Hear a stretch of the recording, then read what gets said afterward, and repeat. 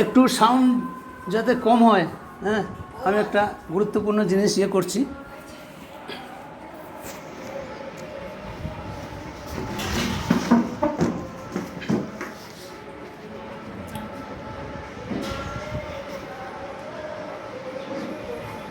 আমি দেবপ্রসাদ চৌধুরী। আমার চ্যানেল হচ্ছে YouTube channel D India @ Debprasad Chowdhury 8131। এই মুহূর্তে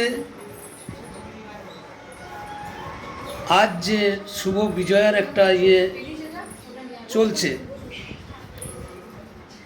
মানুষের মন প্রচণ্ড ভারাক্রান্ত, কারণ দেবী দুর্গার আজকে বিসর্জনের পর্ব। ইতিমধ্যেই ঘট বিজয়া হয়ে গেছে, প্রতিমা নিরঞ্জন আজকে রাত্রেই হবে।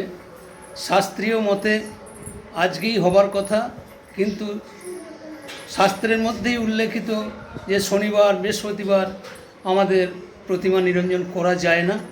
তাই কিছু কিছু প্রতিমা হয়তো, যেমন আমাদের ঠাকুরও আজকে নিরঞ্জন হবে না।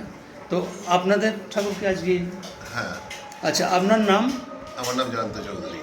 আচ্ছা, জয়ন্ত চৌধুরী।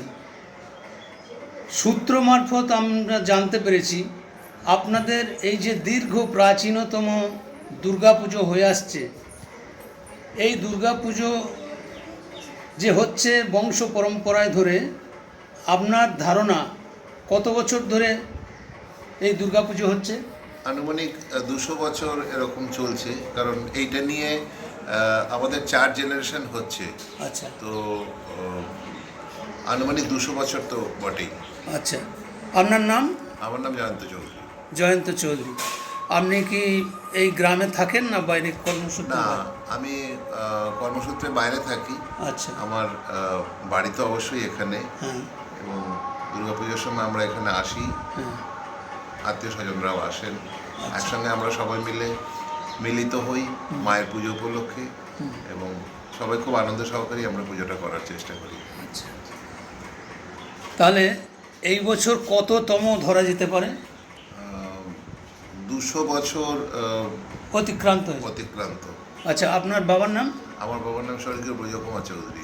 আচ্ছা, এই যে স্বর্গীয় ব্রজকুমার চৌধুরী, কথিত আছে এনারাও জমিদার ফ্যামিলির সদস্য। এই পরিবারের পূর্বপুরুষরা তো এখন নেই। বর্তমান প্রজন্মের মধ্যে আমাদের বন্ধুতুল্য এই জয়ন্ত চৌধুরী, ওনার সাক্ষাৎকার নিলাম। উনিও ওনাদের এই যে দীর্ঘ ইতিহাস, সেই ইতিহাস উনি আমাকে কথা দিয়েছেন যে পুরো তথ্যটা আমি চেষ্টা করব এই তথ্য সংগ্রহ করে আমাকে দেবেন, এটা কথা দিয়েছেন। আমি সেই অপেক্ষাতেই থাকলাম। আর আপনাদের প্রতিমা নিরঞ্জন কি আজকেই হয়ে যাবে? হ্যাঁ। আচ্ছা। আমাদের দীর্ঘ যে 200 বছরের পুজো, আমাদের এই পুজোর প্রত্যেকটি নিয়ম মাফিক আমরা কাজকর্ম করি, এবং যেহেতু বিজয়া দশমীর আজ, সেই জন্য আমাদের বংশ পরম্পরা হয়ে এটাই চলে আসছে। আচ্ছা। তো সেখানে কোনো যাতে ব্যতিক্রম না হয়, তার জন্যই আমরা ঠিক নির্দিষ্ট দিনেই মায়ের প্রতিমা নিরঞ্জন করার চেষ্টা করি। আচ্ছা, আপনাদের পুজোর এই যে দীর্ঘ ইতিহাস, সেটা তো আপনি পরে বলবেন। আমি একটা আপনার মাধ্যমে জানতে চাইছি যে আপনাদের পুজোর মধ্যে বিশেষ কোনো বিশেষত্ব আছে কি? অবশ্যই আছে। সেটা হচ্ছে, যদি একটু বলেন। হ্যাঁ, সেটা হচ্ছে যে এই পুজো সূত্রপাত এই গ্রামে আমাদের এই প্রথম হয়, এবং আমাদের থেকে বাকি আরও 3-4খানা পুজো ভেঙে মানে হয়েছে। এটা আমাদের মেন বৈশিষ্ট্য। দ্বিতীয়ত হচ্ছে আমাদের দেবী দুর্গা হচ্ছেন একদম জাগ্রত দেবী। গ্রামের মানে যত সমস্ত লোকজন আমাদের এখানে আসেন, তেনাদের যা কিছু মনের ইচ্ছা তেনারা মায়ের কাছে যখনই সেটা নিবেদন করেন বা মানত করেন, তখন আমরা দেখেছি সে কাজ খুব সুষ্ঠুভাবেই সম্পূর্ণ হয়, এবং তেনারাও এই বিশ্বাস রাখেন, আমরা তো রাখি। আর সেই সঙ্গে আমরা এটাও দেখেছি যে সেখানে কোনোভাবেই কোনো ব্যতিক্রম ঘটে না। আচ্ছা, এই পুজোর অনুষ্ঠানের তো একটা বিশাল খরচা।